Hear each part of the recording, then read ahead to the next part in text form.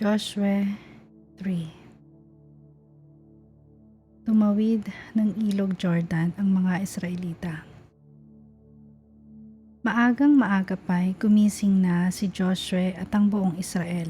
Umalis sila sa Sitim patungong ilog Jordan at nagkampo sila sa pampang nito bago tumawid. Paghanda sa pagtawid.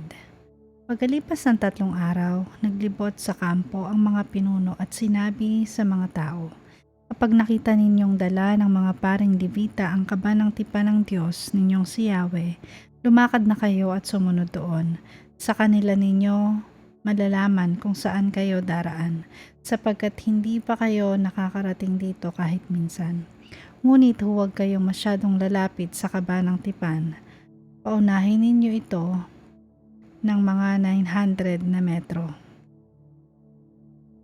Sinabi naman ni Joshua sa mga tao, "Linisin ninyo ang inyong mga sarili sapagkat bukas ay masasaksihan ninyo ang mga himalang gagawin ni Yahweh." Pagkatapos ay inutusan niya ang mga paring Levita, "Buhati na ninyo ang kaba ng tipan at mauna kayo sa mga taong bayan." At iyon nga ang ginawa nila. Sinabi ni Yahweh kay Joshua, "Sa araw na ito'y gagawin kitang dakila sa paningin ng buong Israel. Sa gagawin ko'y mababatid nilang pinapatnubayan kita tulad ng ginawa ko kay Moises. Sabihin mo sa mga paring Levita na magdadala ng kaba ng tipan na magtuloy na sila sa ilog Jordan. Ngunit pagdating nila sa tubig sa pampang nito ay huminto muna sila." At tinawag ni Joshua ang mga tao at sinabi sa kanila, "Halika kayo at pakinggan ninyo ang pinasasabi ni Yahweh na inyong Diyos. Dito ninyo malalaman na kasama ninyo ang Diyos na buhay. Pagdating ninyo roon, lilipulin niya ang mga Kananeo, ang mga Heteo, ang mga Levita, ang mga Perezeo, ang mga Gergeseo, ang mga Amoreo, at ang mga Jebuseo. Ang kaba ng tipan ng Panginoon ng buong mundo ay mauunang itatawid ng ilog Jordan. Pumili kayo ng 12 lalaki sa bawat lipi ng Israel.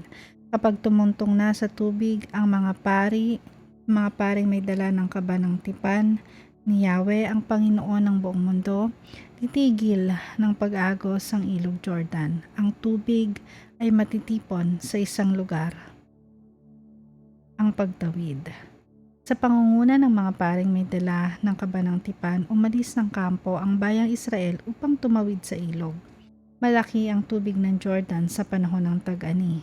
Nang sumapit sa ilog Jordan ang mga paring may dala ng kaba ng tipan, tumigil ang pag-agos ng tubig at ang tubig ay natipon sa tapat ng bayan ng Adam, lungsod na nasa tabi ng Zaretan.